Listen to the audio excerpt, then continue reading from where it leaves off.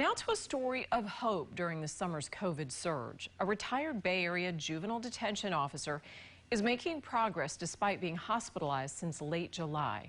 Justin SCHECKER joins us live across from Tampa General Hospital. And Justin, this family has been hit hard by COVID. That's right, Jen. Good evening to you. This Tampa family has recently lost loved ones because of the virus.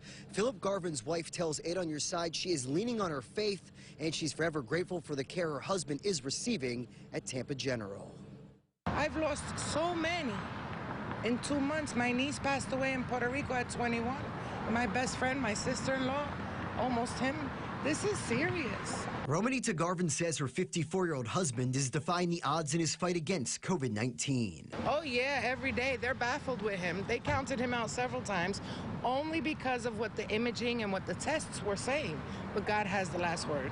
Retired juvenile detention officer Philip Garvin is diabetic, and he had a prior heart procedure before contracting the virus. He had all these pre-existing conditions, and from what the TV and the information says, he wasn't supposed to make it.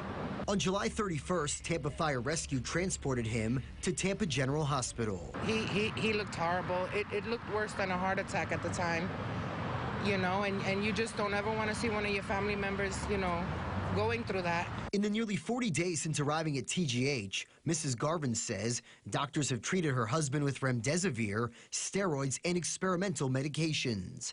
He's required high-flow oxygen, but the family refused to let him go on a ventilator. He's a fighter, and I'm not going to let him give up, and I hope the community doesn't let him give up. On Monday, 12-year-old Felice Garvin got to see her dad for the first time in weeks. And Mrs. Garvin says she'll keep visiting her husband until he can come home. And every day I go in there, I know it's just another miracle, you know.